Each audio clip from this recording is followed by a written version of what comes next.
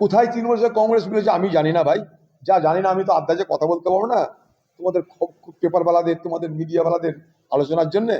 আমার কাছে কোনো খবর নাই যে কোথায় তৃণমূল কংগ্রেসের সঙ্গে যোগ একাকার হয়ে গেছে, মিলেমিশে। কেউ কারোর সঙ্গে দেখা করতে যেতেই পারে, গেছে। এখন মনে হয়েছে কংগ্রেসে যাওয়ার দরকার, তাই গেছে। হুঁকে পড়ে বিড়াল গাছে ওঠে, জানো সবাই।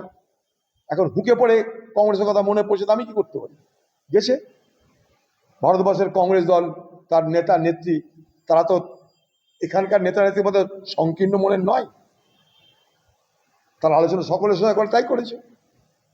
এবার কে কোথায় গেছে না গেছে তাই নিয়ে আমাদের মাথা ব্যথা কোনো কারণ নেই। আমাদের পার্টি, সর্বভারতীয় পার্টি, তারা যদি কোনো সিদ্ধান্ত নেয় সেটা সরকারিভাবে সিদ্ধান্ত নেবে। সেটা গোপনে আমি আপনি জানবো আর পার্টি জানবে না, তা তো হয় না। পার্টি জানবে, পার্টি সিদ্ধান্ত যদি কিছু নেয় সবাইকে জানাবে। আমার কোনো ধারণা নাই, আমার কোনো এইভাবে আমার কোনো খবরও নাই। আমার পার্টি এটা বলেও দিয়েছে, এগুলো সব বেসলেস কথা। কিন্তু কেউ কারোর সাথে দেখা করতে পারবে না এমন তো কোনো অচ্ছুত কেউ নয়। এটা পশ্চিমবঙ্গে হতো। আমি এমপি, মুখ্যমন্ত্রীর সঙ্গে কোনোদিন সাক্ষাৎ করার সুযোগ পাইনি। হাজারটা চিঠি করলেও তার জবাব দেওয়া তিনি প্রয়োজন মনে করেননি। আমি শুধু এমপি ছিলাম না, কংগ্রেস দলের নেতা ছিলাম লোকসভায়।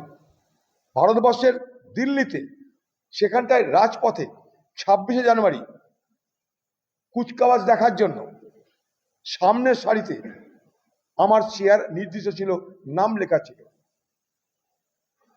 15ই আগস্টে চেয়ার ছিল, নাম লেখা ছিল। আমি সেই সমস্ত দিনেও মুর্শিদাবাদে ফিরে আসতাম। এখানে কিন্তু কখনো এখানকার সরকারের পক্ষ থেকে এই যে সামনে স্কোয়ার ফিল্ড, গাদা বন্দুক নিয়ে যেখানটায় কুচকাওয়াজ হয়, সেখানেও কিন্তু আমন্ত্রিত হওয়ার সুযোগ পাইনি। এক, দিশা কমিটির মিটিং পশ্চিমবঙ্গের মুখ্যমন্ত্রী মমতা ব্যানার্জির আমলে একজন এমপির যেটা অধিকার, মুর্শিদাবাদ জেলার সিনিয়র এমপি হিসাবে দিশা কমিটির চেয়ারম্যান ছিলাম আমি, একটা মিটিং ডাকতে দেয়নি। দিশা কমিটিটা মানে কি?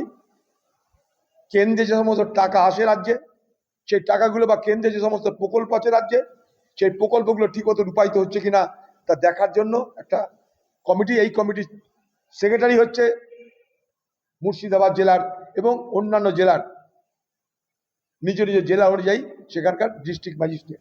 কোনোদিন করেছে?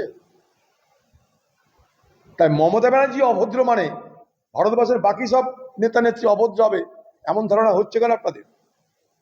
মমতা ব্যানার্জি অদম হওয়া মানে ভারতবর্ষের অন্যান্য রাজ্যের অন্যান্য পার্টির নেতা নেত্রী উত্তম হবে না, এমন কি কোনো ব্যবস্থা আছে? মমতা ব্যানার্জি অবদ্ধতা করতে পারে, কংগ্রেস কখনো অবদ্ধতা করতে পারে না। মমতা ব্যানার্জি তাকে সমালোচনা করতে পারে কংগ্রেসকে, কংগ্রেস তাকে সেইভাবে সমালোচনা করে। আমাদের লড়াইটা রাজনৈতিক আদর্শগত ভিত্তির উপর দাঁড়িয়ে আমরা রাজনীতি করি। হ্যাঁ।